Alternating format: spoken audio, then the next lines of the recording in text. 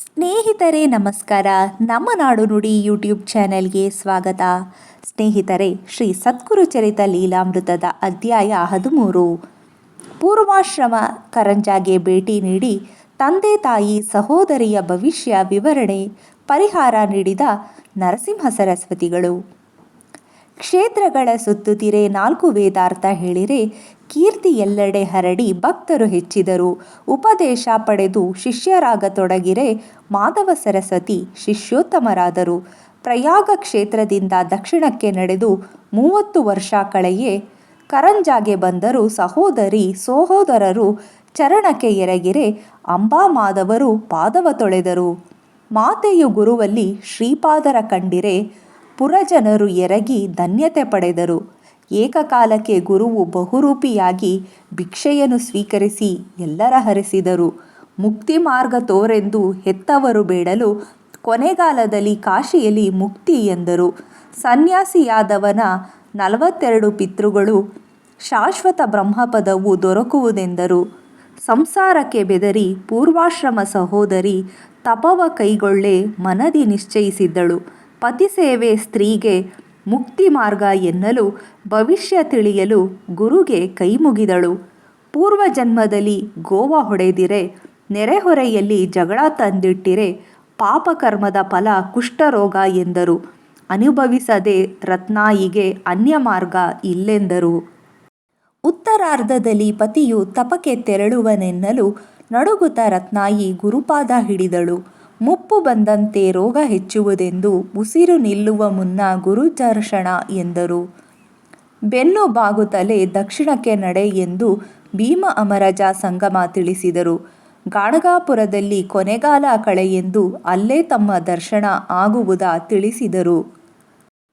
ಕರಂಜದಿಂದ ಹೊರಟು ತ್ರಯಂಬಕಕ್ಕೆ ಬಂದು ಇದು ಗೋದಾವರಿ ಉಗಮವೆಂದು ಕಥೆಯೊಂದ ಹೇಳಿದರು. ಮಹರ್ಷಿ ಗೌತಮರು ಶಿವನ ಪರಮ ಭಕ್ತರು, ತಪೋಬಲದಿಂದ ಪ್ರಸಿದ್ಧಿ ಇದ್ದರು. ಇತರೆಲ್ಲ ಶಿಷ್ಯರುಗಳು ತೀರದಿ ವಾಸವಿದ್ದು ಶಿವಶಿರದ ಗಂಗೆಯ ಸದ್ಗತಿ ಬಯಸಿದರು. ಪಾಪ ಕಳೆವ ದೇವಗಂಗೆಯ ಧರೆಯಲ್ಲಿ ಹರಿಸಲು ಮುನಿಗಳೆಲ್ಲರೂ ಸೇರಿ ಉಪಾಯ ಹೂಡಿದರು. ಗೌತಮರಿಗೆ ಸೇರಿದ ಹೊಲವೊಂದು ಇರಲು ಹಸುಕರುವು ಸೃಷ್ಟಿಸಿ ಮೇಯುವಂತೆ ಮಾಡಿದರು.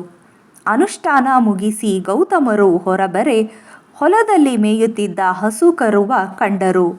ದರ್ಬೆಯನ್ನು ಮಂತ್ರಿಸಿ ಓಡಿಸಲು ಎಸೆದಿರೆ ಶಾಸ್ತ್ರವಾಗಿ ದರ್ಬೆ ಹಸುಕರುವ ಕೊಂದಿತು. ಗೋಹತ್ಯೆ ಒದಗಿತೆಂದು ಗೌತಮರು ಮರುಗಿರಲು ಪರಿಹಾರ ಸೂಚಿಸಲು ಮುನಿಗಳೆಲ್ಲ ಸೇರಿದರು. ದೇವಗಂಗೆಯ ಧರೆಯಲ್ಲಿ ಹರಿಸುವುದು ಪಾಪಕ್ಕೆ ಪರಿಹಾರವೆಂದು ಮುನಿಗಳು ತಿಳಿಸಿದರು. ತಪಿಸಿ ಶಿವನ ಒಲಿಸಿ ಗಂಗೆಯನ್ನು ಬೇಡಿರೆ ಶಿವನ ಕರುಣೆಗೆ ಗೋದಾವರಿಯಾಗಿ ಹರಿಯಿತು.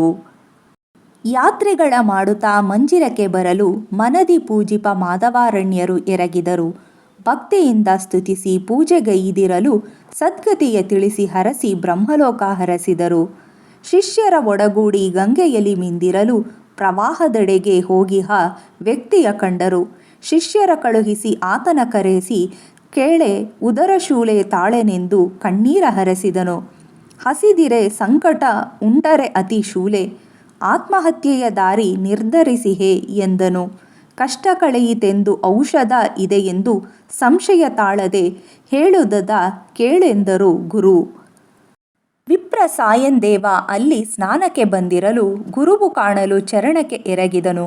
ಗುರುವಿನ ಪ್ರಶ್ನೆಗೆ ಕಡಗಂಚಿನವನೆಂದು ಮ್ಲೇಂಜ ಸೇವಕನಾಗಿ ಇರುವೆನೆಂದನು. ಸಾಯಂದೇವನಲ್ಲಿ ಆಜ್ಞೆ ಪಾಲಿಸನ್ನುತ ಉದರಶೂಲೆ ವಿಪ್ರನಿಗೆ ಔತಣ ನೀಡೆಂದರು. ಸಂಶಯ ತಾಳದೆ ಹೆಚ್ಚು ವಡೆ ಒಬ್ಬಟ್ಟುಗಳ ನೆಲದ ಮೇಲೆ ಬಡಿಸಿ ಉಣಿಸಲು ಹೇಳಿದರು. ಒಪ್ಪಿದ ದೇವನು ಗುರುವನ್ನು ಆಹ್ವಾನಿಸಿ ಶಿಷ್ಯರೊಂದಿಗೆ ಬರಲು ಪ್ರಾರ್ಥಿಸಿಕೊಂಡನು. ಸಮಯ ಬಂದಿರಲು ಎಲ್ಲರೂ ತಲುಪಿರಲು ಸಡಗರ ಸಂಭ್ರಮದಿ ಬರಮಾಡಿಕೊಂಡರು.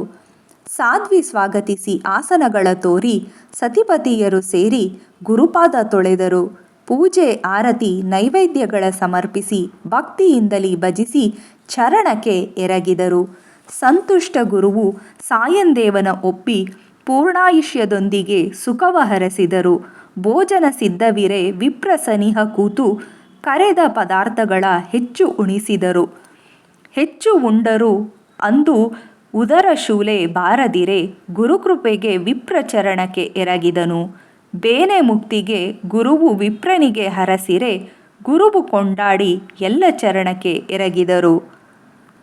ಶ್ರೀ ಸದ್ಗುರು ಚರಿತ ಲೀಲಾಮೃತ 13ನೇ ಅಧ್ಯಾಯ ಸಂಪೂರ್ಣ.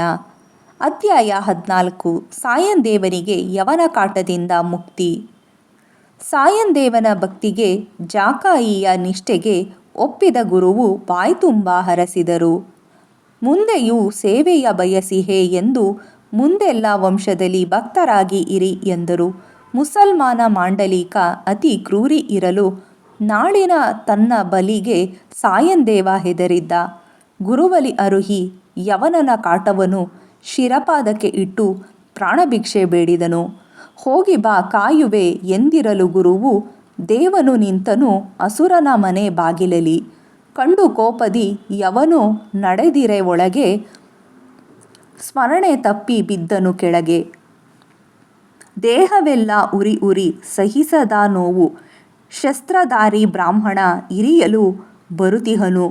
ಕ್ಷಣವು ಸುಮ್ಮನಿರೆ ಕೊಲ್ಲುವ ಕನಸು ಕಂಡು ಓಡಿ ಬಂದು ದೇವನ ಚರಣಕ್ಕೆ ಎರಗಿದನು. ಏಕೆ ಬಂದಿರಿ ನೀವು, ಕರೆದವರಾರು ಎಂದು ವಸ್ತ್ರ ಆಭರಣಗಳ ಉಡುಗೊರೆ ಇತ್ತನು. ನೀವು ಇಲ್ಲಿದ್ದರೆ ತನ್ನ ಸಾವಾಗುವುದೆಂದು ಬೇಗ ಹೊರಡಿ ಎಂದು ಅಂಗಲಾಚಿದನು.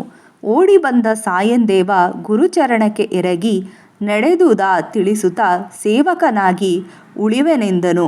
15 ವರ್ಷ ಕೆಳಗೆ ತಮ್ಮ ದರ್ಶನವೆಂದು ಸಂಸಾರ ಸಮೇತ ಬಂದ ಗುರು ಕಾಣುವೆರೆಂದರು.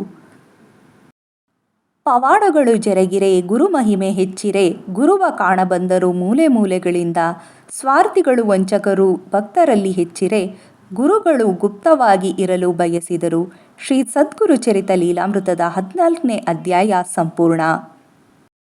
ಸ್ನೇಹಿತರೆ, ನಿಮಗೆ ಸದ್ಗುರು ಚರಿತ ಲೀಲಾಮೃತ ಪುಸ್ತಕ ಬೇಕಾಗಿದ್ದಲ್ಲಿ ಡಿಸ್ಕ್ರಿಪ್ಷನ್ನಲ್ಲಿ ನೀಡಿರುವ ದೂರವಾಣಿ ಸಂಖ್ಯೆಯನ್ನು ಸಂಪರ್ಕಿಸಿ. ನಿಮಗೆ ಈ ವಿಡಿಯೋ ಇಷ್ಟ ಆಗಿದ್ದಲ್ಲಿ ಲೈಕ್ ಮಾಡಿ, ಶೇರ್ ಮಾಡಿ ಮತ್ತು ಕಮೆಂಟ್ ಮಾಡಿ. ನಮಸ್ಕಾರ.